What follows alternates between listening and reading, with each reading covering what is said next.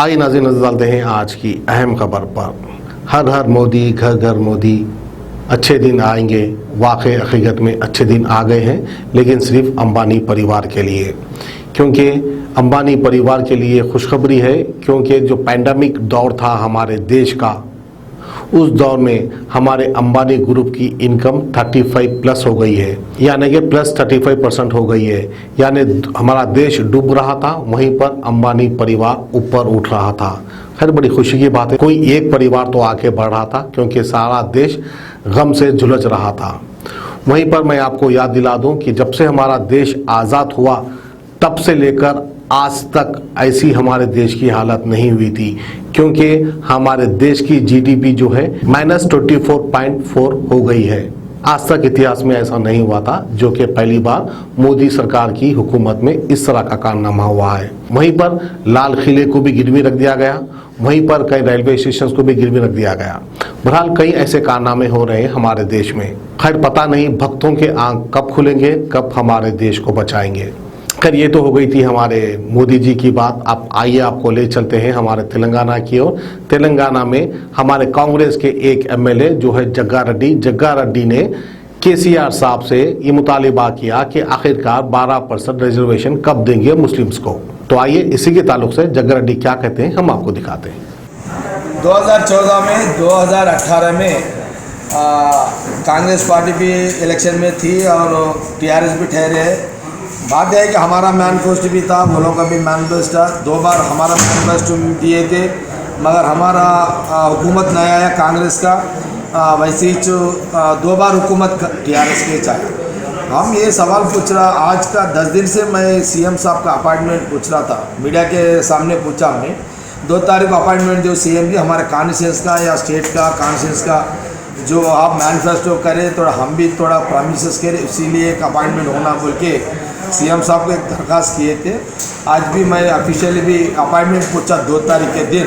मैं 2 तारीख का दिन ये सीएम साहब का अपॉइंटमेंट में ये सवाल पूछ रहा हूँ मैं, ये मुस्लिम के लिए 12% रिजर्वेशन का क्या हुआ, एसटीज़ को 12% रिजर्वेशन का क्या हुआ, वही डबल बेडरूम को क्या हुआ, या जीएचएमसी हैदराबाद में या हमारे संगारेड्डी पे या स्टेट पे डबल बेडरूम हर एक गांव को, हर एक बल्दिया में, म्यूनसिपालिटी में, हर एक कॉन्स्टिट्यूंसी में, हर एक गांव को आप डबल बेडरूम दे तो बोले।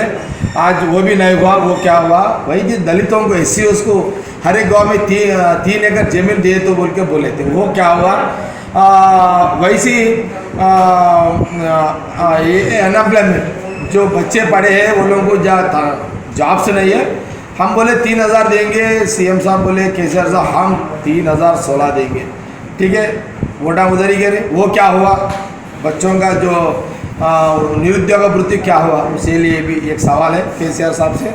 वैसे ही हम बोले 3000 रुपये देंगे, थोड़ा एज कम करे सो केसीआर साहब बोले 57 एज घर में जितने भी रहेंगे वो लोगों को 3016 देंगे बोले। फिर आज तक वो 3016 वो 57 एज वालों को आज तक अमल नहीं हुआ। फिर वो भी क्या हुआ। वैसे ही बच्चों को, जो गरीब बच्चे पढ़ने के लिए इंजीनियरिंग या डिग्री नहीं तो या दूसरे वो डॉक्टर्स, वो गरीब बच्चे पढ़ने के लिए 10 साल कांग्रेस हुकूमत में हम बने बच्चों को फ्री एजुकेशन, वो क्या हुआ, वो आज तक अमल नहीं हुआ। रियम्बर्समेंट पूरा निकाल दिए, उसको कहीं को नहीं रख रहे। वैसे ही KG to PG खुद केसीआर साहब बोले हम उनको हुकूमत दिए तो KG to PG free education बोले, आज तक अमल नहीं हुआ। ऐसा वैसे ही तो ये फार्मर्स का 1 लाख रुपए माफ़ कर दो बोले, वो भी नहीं हुआ। वैसे ही तो जो भी है, देखो ये कोरोना, देखो ये लोग ट्रीटमेंट कॉर्पोरेट हॉस्पिटल में करते थे 10 साल हुकूमत में। हाँ, जब राजशेखर रेड्डी साहब थे सीएम, रोशे साहब थे या किरण कुमार रेड्डी साहब थे, कांग्रेस हुकूमत में जितने पैसे को उतना कॉर्पोरेट हॉस्पिटल में वो लोगों को हम करा दे, वो भी आज तक को और आरिको सिंह कर दिए। रिसेंटली जो कोरोना आया, अगर हमारा हुकूमत है तो 40,000 लोगों को, गरीबों को प्लाटा देंगे बोल के हम वादा किए थे, मगर मैं जीता, मगर हमारे हुकूमत कांग्रेस नहीं आया।